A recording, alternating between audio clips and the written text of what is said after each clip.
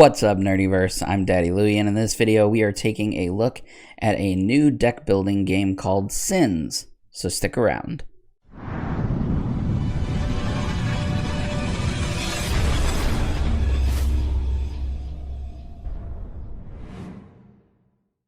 Before we get started, if you're new to our channel and you want to see more content like this, start now by hitting the subscribe button and the bell icon so you don't miss any future videos. Sins is a brand new deck building game published by Cortadoo Games, and it was a successfully backed Kickstarter that is now in fulfillment. The game is coming out in two waves. The first wave was 3 individual decks that all play very differently from one another. And the second wave, they hope to come out sometime later this year on Kickstarter again, and that will be the next 3 decks or versions of their deck. The rules are very light. The strategy, the fun, the creativity comes with the cards themselves. So each deck that you play will play significantly different than the previous decks, while still using the same rules. So once you understand the rules, you're pretty much good to go from there. They do have you can combine decks together for multiple players. So it's a 2-player game with 1 deck, a 4-player game with 2 decks, a 6-player game with 3 decks, etc. It is for ages 8 and up, and it plays in about 15 minutes. I love deck building games, so I was immediately drawn to this one, and once I saw the art, it was a must review for me. So I'm glad that I got to check it out. But the question is this game any good? If you join me on the table, we will take a look and get started. Okay, so first and foremost, here is everything that I received for the game. I did receive 2 decks, deck 1 and deck 2. Like I said, there are 3 currently available, with 3 more coming. They are different, so I was excited to get more than one. We're primarily going to be looking at the first deck in this review, but just note that that I have played with both of these.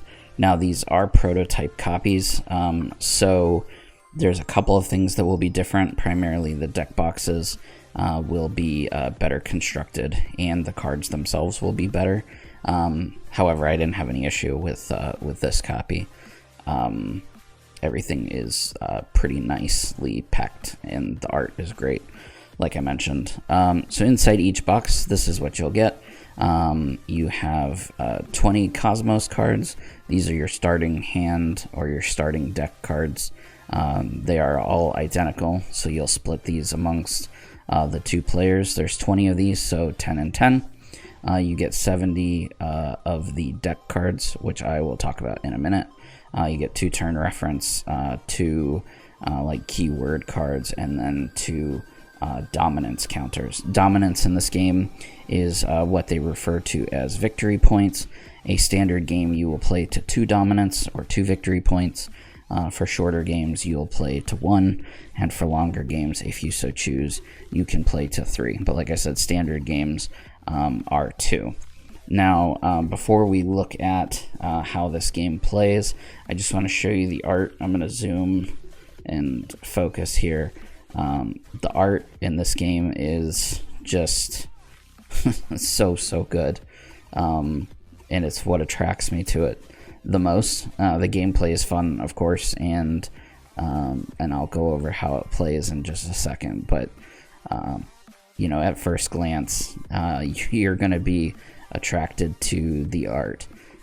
Each deck has different art, and there is a not safe for work version as well available. If that's your thing, you can certainly snatch that up as well. And I can't wait to see what the cards and the art looks like in future versions of this game. Before we deep dive into exactly how the game plays and how a turn goes out, I wanted to go over the anatomy of a card real quick, because that will help you to kind of understand the rules. So I'm just going to pick this NV card right here, and I'm going to focus my camera so that you can see. So here in the middle, cards will have text. This is the card's ability that will resolve when it is played. It also has some keywords, like what it is and what its name is. So it's the name of this card would be Envy.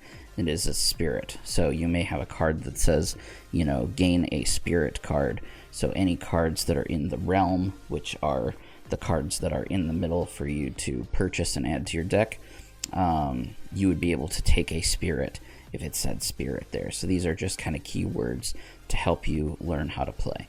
You'll also see on every card that they have multiple pips of different colors. Now these pips all do have a name.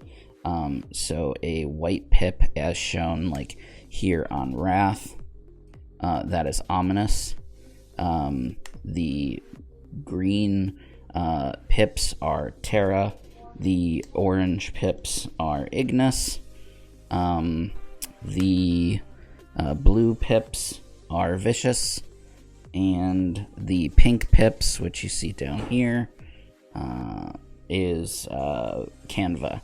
However, for the purposes of playing, making things easier, unless you want to actually memorize that, you could just say the color. So for the rest of this video, I'll just refer to the color. So you'll hear me say, you know, pink, blue, white, orange, and green. So the top pips, or the pips above the keywords, that is the weakness of that card. So in order to add it to your deck, in order to purchase it, you have to have equal to or more power that you play to its weakness. So it has 3 green weaknesses. So you need to be playing 3 green power, which is the bottom icon, or 3 ominous, or some combination, because ominous is wild. That's the white. White is wild, and that's how you purchase these cards. You'll spend your first few turns buying cards to add into your deck, because it is a deck builder, like I said. Those pips also, the weakness pips, will also play a role when it comes to scoring victory points, which I will explain in a minute. But that's the anatomy of a card, and that will help you to kind of understand the turns a little bit better. Okay, so in a game, the game is played in turns. Each turn consists of 4 phases that go back and forth between the 2 players. Again, purchasing cards, trying to inflict damage, or despair as they call it in this game, to your opponents, and then trying to resolve that despair into dominance, which is victory points to your side. At the beginning of the game, each player will draw 5 cards from their starting deck. Like I said, the starting deck will be the same for both players. You're basically going to just have all of these Cosmos cards, which just have ominous or wild white power on the bottom. That's these white symbols. There are 4 phases, like I said, to each turn. The first phase is the status phase, and that is the phase in which you can actually win the game. So you win the game at the beginning of your turn, not at the end of the turn, which is something a little different in this game. So I'm going to come back to the status phase. The next phase is the buy phase. The first thing that you do is refill the realm. So if someone in the previous turn purchased cards out of the realm, you would now refill it from the deck. There will always be 5 cards in the realm. You then can purchase the cards by gaining them, spending power, which again is the bottom icon, to purchase cards from the realm, and then you discard those to your discard pile, which will then be shuffled back in to make your deck. The next phase after that is the attack phase. This is where you and your opponent alternate playing cards against each other. Any symbols that block each other out, power and weakness, would be suffered then. And then if any attacks go through, the damage or the despair gets added to your opponent. And then you refresh your hand. You can discard cards, you can keep cards, and then you draw back up to your current hand size, subtracting any despair that you gave to your opponent on that turn. So let's see how it works. So we're skipping the status phase because, again, we have done no damage to our opponent yet, so I can't score any victory points. All I can really do is purchase. So I have 5 Cosmos cards, which gives me 5 to buy with. So I'm going to spend 3 of that to buy this Envy card here, which we just looked at. Swap random card from another player's hand with a random card in your hand. Seems pretty good. So I'm going to discard that. And then I have, and that costs 3, because again, 3 weakness to my 3 power. So I pay 1, 2, 3 power for that. So I have 2 power left, which I will then spend on, go with Pride. Destroy a card. Yeah, we're going to go with Pride here, which I discard. And then I discard the 5 cards I played with those 2 cards that I just bought. And then I have nothing to attack with. And now I will draw back up to my 5 cards. Sorry, not from that deck, from my deck. So it's my last 5 Cosmos cards. And then I pass to my opponent. My opponent would do the same thing. He has done no damage, so he cannot inflict dominance on me. He would refill this back up in the center here. And then he goes into his buy phase. And you're going to spend your first couple of turns doing that, going back and forth, purchasing cards in the middle. So now let's talk about how to do damage. Okay, now after a few turns, you can see that I have different cards in my hands now that I've purchased a few and shuffled through my deck. And so I still have not dealt any despair to my opponent or any damage. So I would skip the status step. Now in the buy phase, I have 3 cards that I want to use to buy stuff, the Cosmos cards. So I'm going to play them to buy this Gluttony here. And now I want to go into the attack phase, and I actually have some cards that I can use in the attack phase now. So I'm going to play Greed. It has a green power, 1 green power, and then I'm going to pass to my opponent. My opponent can now take a card from their hand and play it to try and block this 1 power. They need to play something that has at least 1 green weakness. Now in their hand, you can see that they do have a card, this Envy card here, that does have 3 green weaknesses. So it'd be pretty smart for them to play that at this point. So now I'm losing this match, 1 green weakness to their, or I'm sorry, 1 green power to their 3 weakness. However, this greed card says all other cards in play has 1 less weakness. So this only has 2 weakness to my 1 power. So I'm still losing. And so I would lose this match. So play keeps going back and forth like that. And the way that you actually deal damage is, let's say in a duel, I play these 3 cards here, 3 power, and my opponent cannot play anything to defend against this 3 power. What ends up happening is I inflict despair on them. So I would take the amount of power that I dealt, which is 3, and I would take the top 3 cards of my deck, and I would place it in their despair pile over there. And then at the beginning of my turn, I would try and turn that despair into dominance.